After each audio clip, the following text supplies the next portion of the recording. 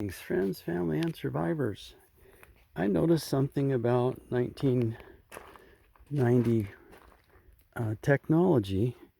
I know they had PWM back then, but this solar charge controller is one of those old school ones it switches on and off, and that's how it regulates. So if the battery's full,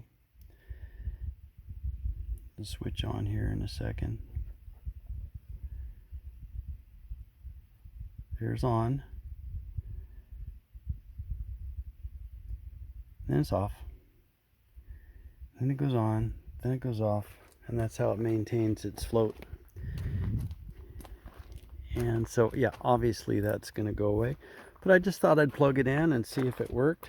And that solar panel seems to be holding up after all of these years. You can imagine what that thing cost back in the day. But I had a guy write into me and say he bought those back in the 70s and they still produce 100% power, which is amazing. So I'm looking at everything to seeing what I have to do. I ordered some lithium-ion batteries for this. I got two 100 amp hour 12 volt lithium-ion phosphate with onboard BMSs. And during the summer, while we're building the house, we're going to use the lithium batteries on this trailer and a 2,000 watt inverter and 600 watts of solar on the roof. And I'm going to put my TriStar on this one and probably leave all of that on the trailer even after the house is built. But once the house is built, the lithium-ion batteries will come back out of this and we'll put the lead acid back in the trailer. The lithium ion go in the solar shed to run the well. And so the well will be a separate system. It has its own 3,000 watt pure sine wave inverter and its own 1,400 watt solar array. And I like the batteries that we got because they have low temperature cutoff, which is pretty important in the area where we're going. I also like having the house system separate from the water system. That way, if something goes down with the house system or the inverter, we can still pump water, which is critical. And then the other thing is the inverter we just bought for this one would become the backup inverter for the water system. So just redundancy. So just checking to see how everything is and what it's going to take to be able to mount a 60 amp TriStar in here, a battery monitor, and an inverter. And it's going to be interesting. I'm not going to run the panels in series because they're 22.5 volts open circuits, a 12 volt system, so I can't put anything in series. So I'm going to have 600 watts on the roof, and it's paralleled, 100% paralleled, which means obviously I've got to run some pretty big cable up there because of the line loss. And so it's going to be somewhere around 33 amps or something. So I just went ahead and got a number 4 wire that'll go from the solar panels to the charge controller. And then I think I've got some number 2 left over from the charge controller to the batteries, and I've got some 2/0 to go from the batteries to the inverter. 2,000 watt inverter at 12 volts takes some big cable. I don't know that we'll ever see 2,000 watts, but I thought, hey, if Carol wanted to run her blow dryer, she'd be able to. I needed to run a skill saw or something without lighting off the generator. So this will be kind of home base until we get the new house set in July. So I noticed that the batteries were low on water, and it's because the guy who had this trailer before me, he didn't know that all he had to do is plug the trailer in and it would maintain the batteries. Most trailers of this age didn't, because the converters would boil your batteries dry. So he put another battery charger, a trickle charger on it, and he ended up really getting the water low on the batteries. When all he had to do is plug it in, because since 1991 the converter was changed out for an IntelliPower, and I had another one of these that just went with the little camp trailer we sold. So I think that's a 60 amp 4-stage algorithm, and all he had to do is just plug in the trailer, and that would have trickle charged the batteries. In fact, it goes through a whole maintenance program every so many days.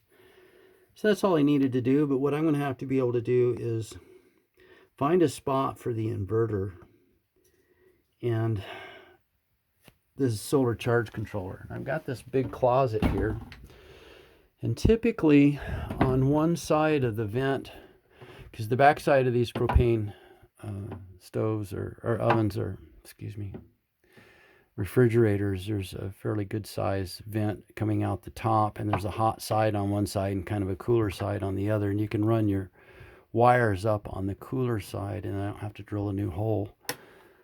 Because I was thinking about putting the TriStar here, and the TriStar doesn't have fans, it has giant heat sinks, and I put the battery monitor next to the TriStar, and that would just sit here. And then the inverter is just going to stay on full time. There's no reason to ever turn it off. So I could put the inverter anywhere, but I'd want it to be able to cool. So the logical thing to do is have the inverter over on the battery side. The batteries are in a compartment under the jackknife bed, but there isn't really any place other than under the sink. And Carol said, you don't really want to do that, because if you had a leak, your inverter would not be happy. And she is right. So I don't know where to put the inverter.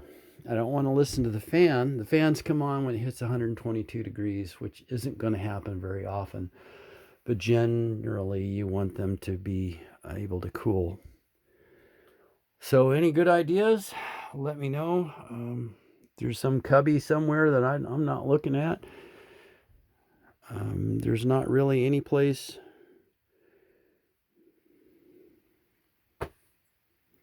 Yep, batteries right there. Let's look at one spot. Now I bought 10 feet times 2, red and black, 2-aught, in case I ran the inverter to the other side. And it really doesn't matter where the inverter is, because how we're going to run this is we're going to unplug the IntelliCharger and plug the trailer right into the inverter, and that's it. And that'll light up everything in the trailer. And if I ever wanted to run a generator to charge the batteries, I would just plug the generator directly into the IntelliCharger, and off you go. It works like an inverter charger that way, if you're following what I'm saying. So really, this storage area here, I could put the inverter in here. In fact, I could mount it right here on this thing. That would probably work. And then I wouldn't cut the battery cables at all, because I'll reuse those cables in the solar shed for the well. That would be pretty easy to do. Yep. Down and dirty, as they say. So I've got the guy, the reason why he bought 5 new tires is he was on vacation and he blew a tire, and the tire went up and it took this fender well out, bang, and blew a big hole right there into the cabinet under the kitchen sink. So I patched it with some aluminum sheet metal and caulked it up good. And the only time it would leak, obviously, if you're on the road, water would be coming off this. I think I've got it waterproof, but it's not likely I'll haul it in the rain, but it could happen. But that's why he just said, I don't want that to happen again. So he just went out and bought 5 brand new tires, and there's only a couple hundred miles on the trailer since he bought the tires. So that's a pretty cool thing. And the last thing I wanted to show you, when I was putting the brakes back together and I put new rear wheel cylinders on, semi-metallic shoes, and I was putting everything back together, and I was having trouble with returning one of the e-brake cables, and it was seized. So for 50 bucks you can buy a new set. Why put the junk back in? Because then it ends up just dragging and wearing one shoe out. So they'll be in tomorrow. So hopefully by the end of the week I'll be able to get the brakes back together. And it's back together. It runs, it lights off. I got the headlights working, tail lights, or the right and left turn and brake, but no running lights yet. So it's just one piece at a time. It turned out that both the dimmer switch on the floor and the headlamp switch were bad. So actually commissioned Dad with this. I had this plate out of another diesel that we had, and I kept it. And Dad laid out all the holes and made it where that 2 5/16 unthreads out of there, and he made a plug so dirt doesn't get in and booger up the threads while you have the hitch or the ball out of there. And we just need to run the nuts and washers down on that, and then this is ready to haul that fifth wheel that's been converted to a ranch hitch, or what they call a gooseneck. And so that's a good thing. So it's coming along. We are getting there. Both sides, the brake shoes, both sides, all the springs were broken. Interesting, huh? And I'm not real happy about the seal surface at all. I was thinking about putting some crocus cloth on it. You can see some of the micro grooves right there. And yes, this is the old school type where when you change your brakes, you change your seals. And I think in 91 and 91 they switched on the full floating axles. They switched where you could pull the brake drums and leave the hub assembly in, but this is an old school one. And it does look very, very nice. The one nice thing about this truck is the cab is beautiful. And the seat, I just repaired the seat. It had a couple of torn stitches, and I got a nice seat cover, one of the more expensive ones. And it looks nice. That was kind of important to have one that wasn't beat to death on the inside. It's going to be me and Mr. Gibbs riding to town. So I've got the stuff for the trailer, brake controller, all the stuff that I'm going to need to wire that up. It is so time consuming. I've got to put in the windshield wiper motor. I've got to put in a heater core. Yeah. Yep. Lots to do still, but I've got till March.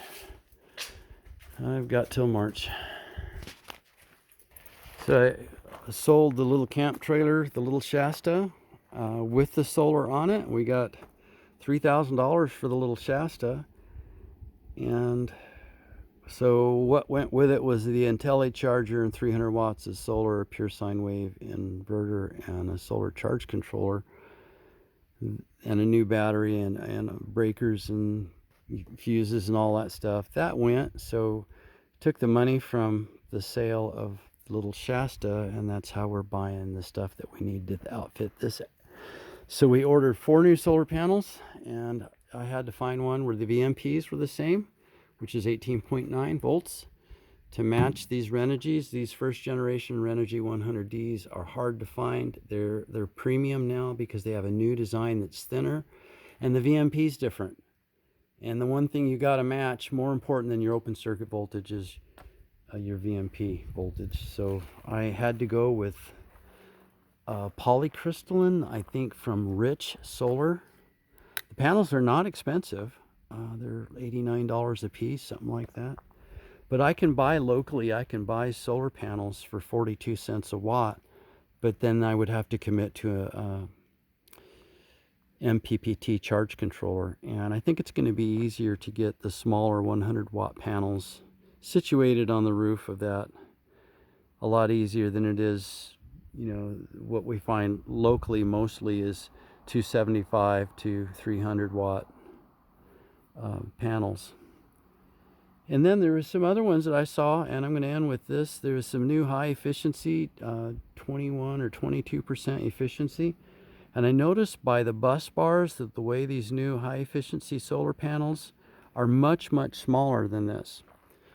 This one is 47 inches by 21.3 inches. And The new 100 watt high efficiency panels are about this much smaller, and they're 19 inches, and they're 6 inches narrower or shorter. And you go, well, how in the world can they get 100 watts out of that? Well, if you look at how the bus bars are done on it, if you shade one tiny little corner of it, essentially your whole solar panel is going to go down.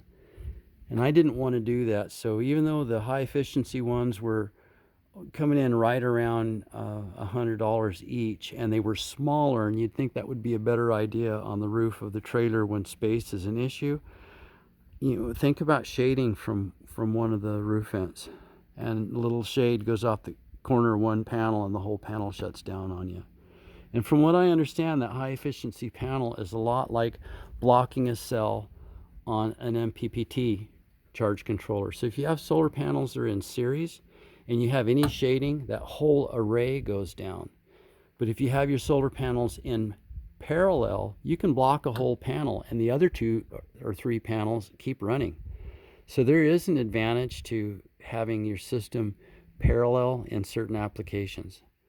And that's probably more than you needed to know. All right, have a blessed day.